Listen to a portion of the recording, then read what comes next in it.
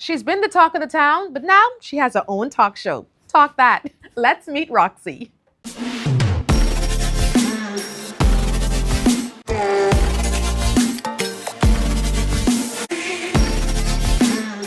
Welcome back to another episode of Personal Space. I'm sitting here now with Roxie Starr. Hey, good Have you day. dropped the star from your name? So it alternates. I've been getting that a lot.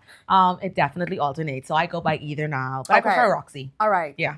But your government name is Sherelle Duncombe. Sherelle with Gladys in the Duncombe. middle. There's no Roxie nowhere. Sherelle Gladys Yeah. Duncombe. Like Gladys Knight in the Yes. Pits? Like my Grammy name Gladys, so I don't let people tease me about my middle name because that's fighting Listen, words. that's an iconic name, okay? Let them know, please, and thank you. Okay, that is an iconic name, Gladys. Well, welcome to the show. It's a pleasure to be here. Thank you so much for having me. Thank you so much for coming. We heard your middle name is Gladys, but tell us a little bit more about Roxie Sherelle Duncombe, who she is, young life, growing up, where you come from, who your people is, where your people from, like the old people is saying. All right, so let me see. If you's Wilson, Moxie, if you from Ragged Island, San Salvador, South Andres, don't call me. We's cousins, for sure. But growing up, I grew up in Grand Bahama. Born here in New Providence, grew up in Grand Bahama. We moved when I think I was about the second grade. Okay. My dad got a job over there. Grew up in a 2-parent household. They literally did till death do us part. Wow. I saw the amazing representation of what love and partnership looks like. So I grew up in a wholesome environment that was not riddled in trauma.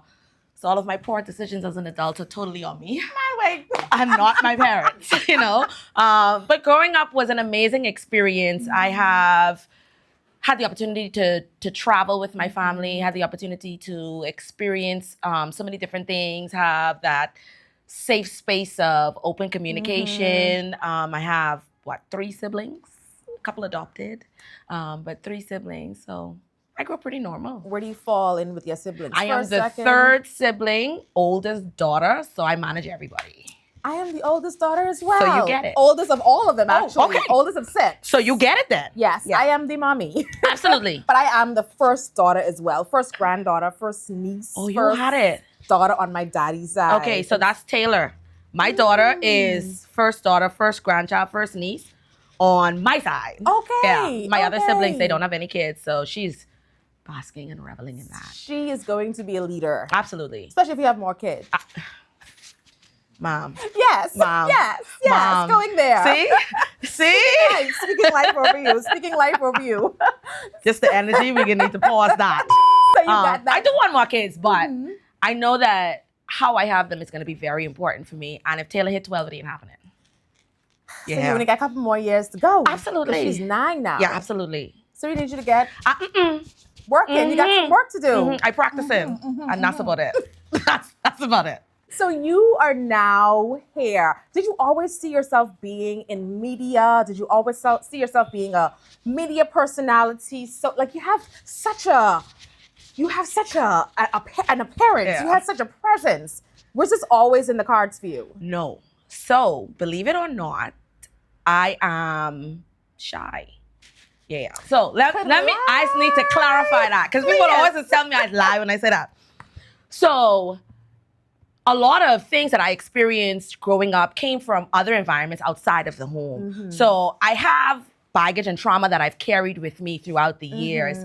And Roxie was kind of that persona that came to be my knight in shining armor in times when I didn't have the capacity to show up as Sherelle. Sherelle is pretty quiet. If you ask my friends who grew up with me in high school, the version of me that they will tell you is definitely 2 versions. So there's a quiet me, believe it or not. It's a very quiet me. And then there's the me that shows up for people. That's a champion of the little guy. That's a champion of the downtrodden, those persons who don't have the capacity to or the courage to show up for themselves. And that is who Roxie evolved to kind of be. And that just kind of progressed itself naturally into the space. Okay. When social media first started, there was never a thing as a social media influencer. No. But off social media, I was the plug. Yeah. In real life. Yeah. So I've always been that person in a lot of the social circles that I existed in. Social media and that influencing kind of just fell into it And then radio kind of just naturally happened after the pandemic. It was a space that I naturally wanted to exist in because I did a lot of lives in the pandemic, and I kind of enjoyed talking to people without the people having to actually be there in front of me. Awesome. On now to your morning talk show. That's my favorite thing in the morning. How's it been going? Oh, I absolutely love it. I absolutely love it. By the way. Thank you so much. Yes. So I made when I first started there, I made a post how working at 100 Jams is a full circle moment. I remember being in the 7th and 8th grade, and my daddy, little Kenny Rogers tapes. I used to record over there. No, man. I telling you. Girl, I couldn't even listen to 100 Jams. Me neither. So I had to do it while they was out to work. What? Baby, 100 Jams was taboo in my parents' house. Listen, the Bahamian video, I don't know if you remember, going back to the island, when that man was whining. Like, yeah. You my can daddy watch that? catch me doing that one time. The wine and everything in my Grammy room. The beating. Couldn't listen to 100 Jams. I'm telling you, 100 Jams was taboo. So I used to sneak and record it. And I had my little Walkman. So I carried my Walkman to school. Nice. And I was so good. Like, the precision in my fingers gotta be studied. Because I never had commercials. Like, I know just when the... So you was creating like the dub. Absolutely. I wish I could find them. Man, I wish I could find them. Listen to me. Those tapes were epic. And everyone would borrow my tape. I could borrow your 100 Jams tape. I could borrow your 100 Walkathon. 100 Jams in my yes. So for me, this moment is so full circle because I love the brand. And I love how the brand inspired, changed, and shifted culture. Yeah. It's a waymaker. Yes, You know what I mean? yes. 100 Jams is a cultural icon, and I just love being a part of that family. Awesome. Yeah. So you wake up at 4 a.m. Absolutely. every day now. Every day now. So walk us through a day in the life of a radio talk show host.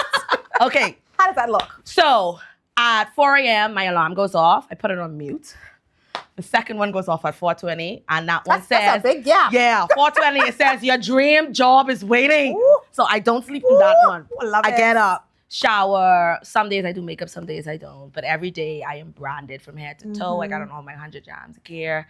I get in. So what we need to know: Special K was by himself for many years. Her co-host, on this show. by the way. Yes, my co-host. All of y'all will think we're dating. We're not dating. No, That is my co-host. we saw the videos. Yes. The promo videos. Come on now. What's going on? What is going on? That is my co-host. And he was so used to just being in his own space. So when I started working there, our boss would come in and say, "Oh my God, the blinds are open and the lights are on." That's What's a going on? change. That's a change. So I get in and I open the blinds and I turn on the light. So, that's step one. Yes. And then we banter. Everything between us has been effortless. He has done maybe 27, 28 years in radio. So having him as my support system in that space has been phenomenal. He's walked me through the do's and don'ts. He's given me room to be who I am. The morning show has been something that he has crafted over the years. So it's been crafted and tailored to him, but he has given me the room and the space to make it my own as well. And once we get in there, we crack some jokes off air. I force him to do TikToks and statuses for the IG stories. And then we roll out at 10 a.m. I have a great day. Awesome. By 11:15, I'm in my nap. So did you see, I know you say this is like a full circle moment for you, the personality that you created with Roxie. Was this in the cards all along? All along? Because did you always wanted to be a media girly? No. What did you want to be? Biomedical engineer. Girl, what? I actually went off to university on a full ride for biomedical engineering. These are the things most people don't like. That's why I say there's a huge separation between who Sherelle is and who Roxie is. So I went off to Kettering University, full ride, biomedical engineering. I ended up going blind in my second year of college. So I'm blind in my left eye. What happened? We don't know. I fell in a 1% anomaly. The actual thing that happened is called an ischemic optic neuritis. So the blood flow to my optic nerve in the left eye completely stopped and the nerve is dead. So there's no vision in my left eye. I did not know They that. have no idea why. Even to this day? To this day. Wow. Yeah. And I've been to optometrists, ophthalmologists, neuro-ophthalmologists, all of them. I done been stick poke product. My case is literally a case study at the University of Michigan. Wow. Yeah. What was your first reaction to not being able to see through your left eye? I cried my eyes out because the day that it happened, I was literally on a highway in Denver. And these were the mega highways. So it's like 6 lanes on each side. So they have these big concrete walls. Mm-hmm. I'm on the innermost lane. So it's me, the concrete wall to my left, and a Mack truck to my right, and I'm in his blind spot. So when my sight left me, I became disoriented because I don't have peripheral vision on my left side, and my depth perception is pretty skewed. Mm-hmm. So I started swerving. The car behind me noticed that I was swerving, and at the same time, the Mack truck was preparing to switch lanes. So in the US, there's like a time lapse between putting their signal on and actually switching lanes, because they got to get the cars that may be in their blind spot time to move. I didn't even see any of this happen because I'm panicking. My sight is... You were driving alone? I was driving alone. And I was living alone in Colorado at the time. So I had no family near to me, nothing. And that car came from in the back of me, went on the next side of the truck and just started blowing their horn to tell him, don't switch lanes, because he could see me struggling. Yeah. And I was able to get off the highway, call the doctor and said, I can't see.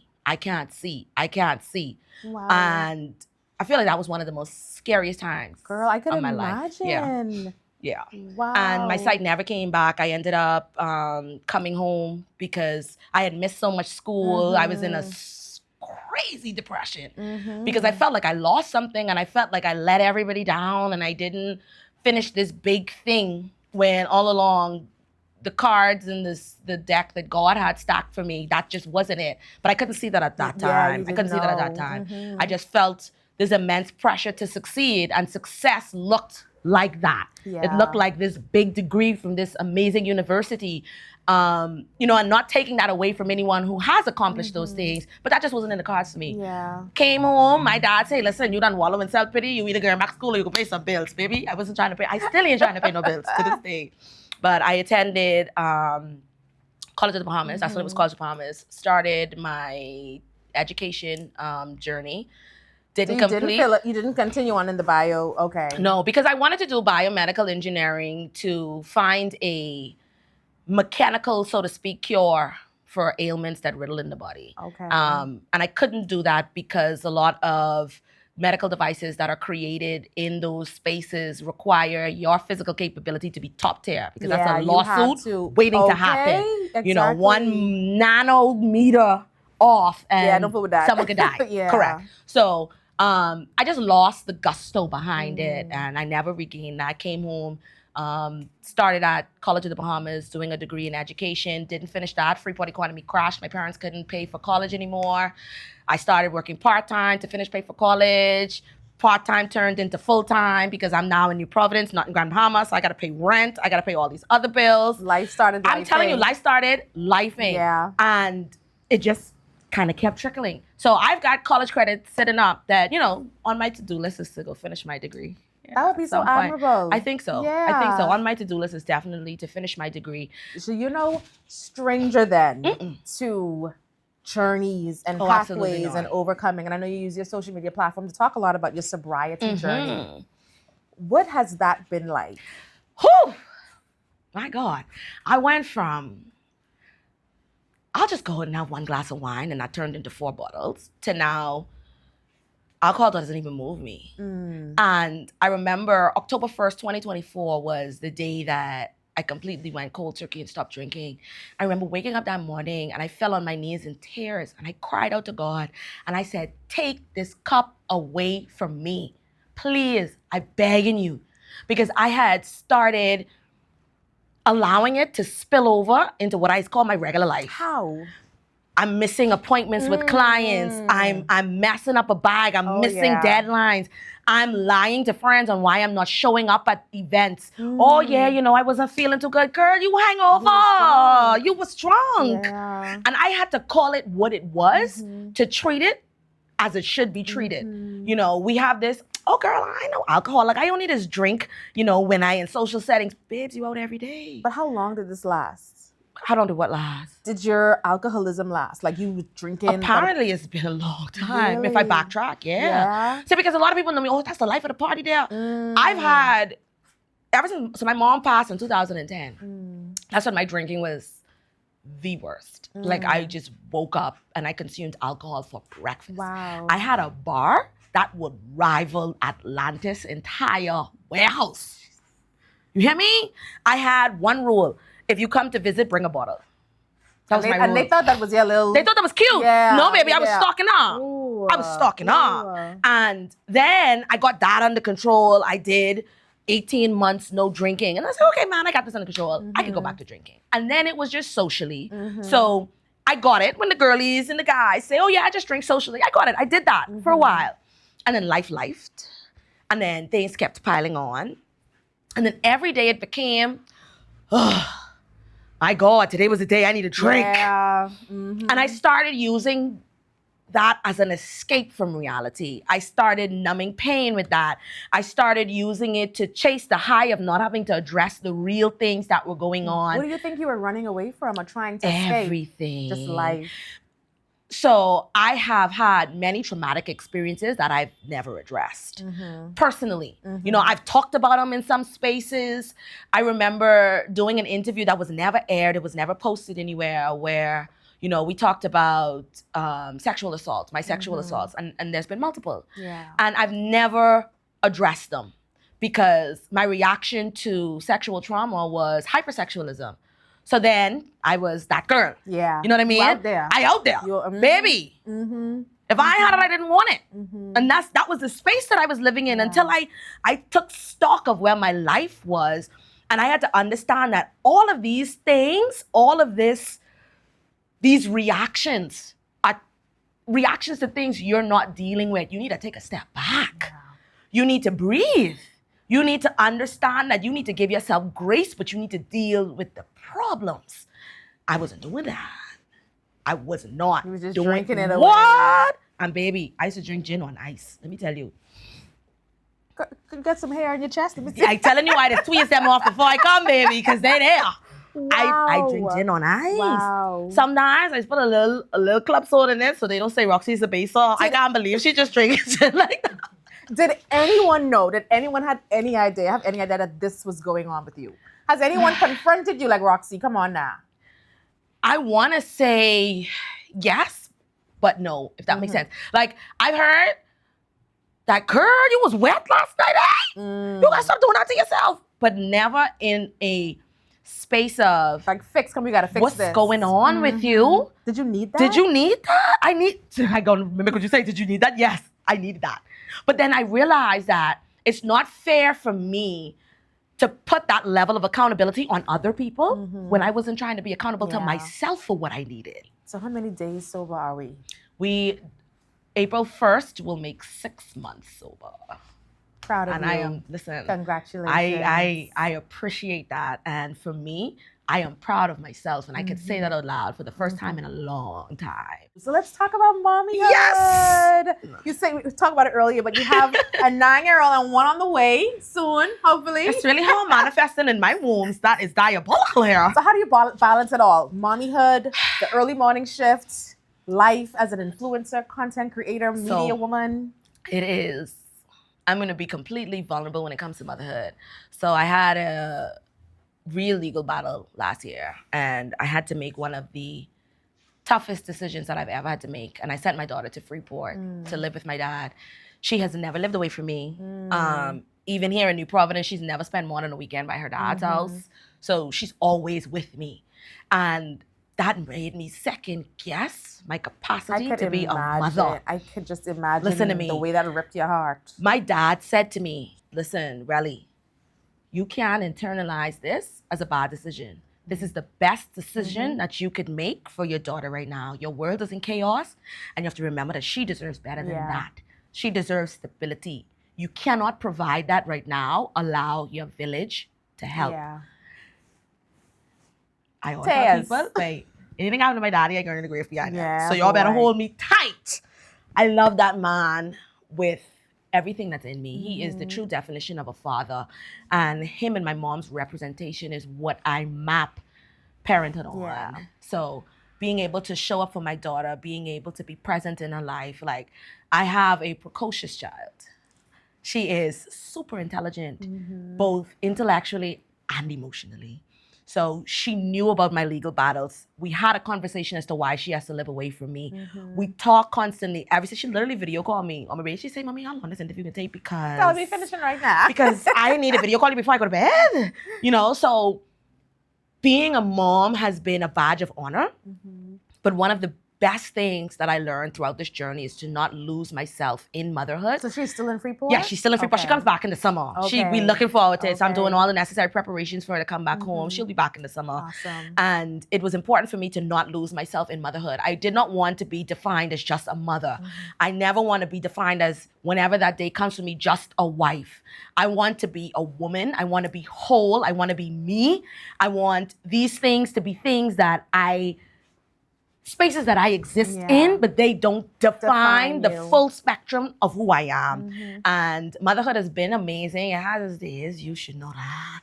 Yes, like, but I tell her what I tell my daughter when they say baby, baby, baby, baby, baby. Yeah. Call me Roxie, man. I'm tired here. Mommy, mommy, mommy, mommy. Oh my God. I said, you call your daddy this much? Listen, No. that mommy that is burned your Oh. ass sometimes. And then me calling to tell you nothing. Nothing. Mommy, look at this cat. I want chip. Mother said. Ooh. We need like a mommy's day out where we just scream. Roxie, this has been an amazing chat. You hear our cameraman tell us we're talking too much. I love it but at all. This was so open. Absolutely. So vulnerable. I love the space that we share. Like, this is the reason I'm doing this show. And people need to hear the stories of our Bahamian women. There's so many. Absolutely. And let me tell you this. I know that, like you said, we have to wrap it up, but I'd be remiss if I don't speak life into you, because I know that you have created a space where you're going to be pouring into so many women. And I need you to remember that this is what you are called to do. Thank you. Because I know sometimes we get caught up in the doing and we forget the why. And remember, play the same clip back every time it gets frustrating and every time something isn't going right. Just remember, this is your space for us women to have someone and something that feeds our soul. Don't ever forget that. Thank you. I feel like I got my own Roxie Facebook status. So Yes, boom, y'all ma'am. take that. Thank you so much. It's been great. Absolutely. All right. This has been Personal Space. We'll see you next time.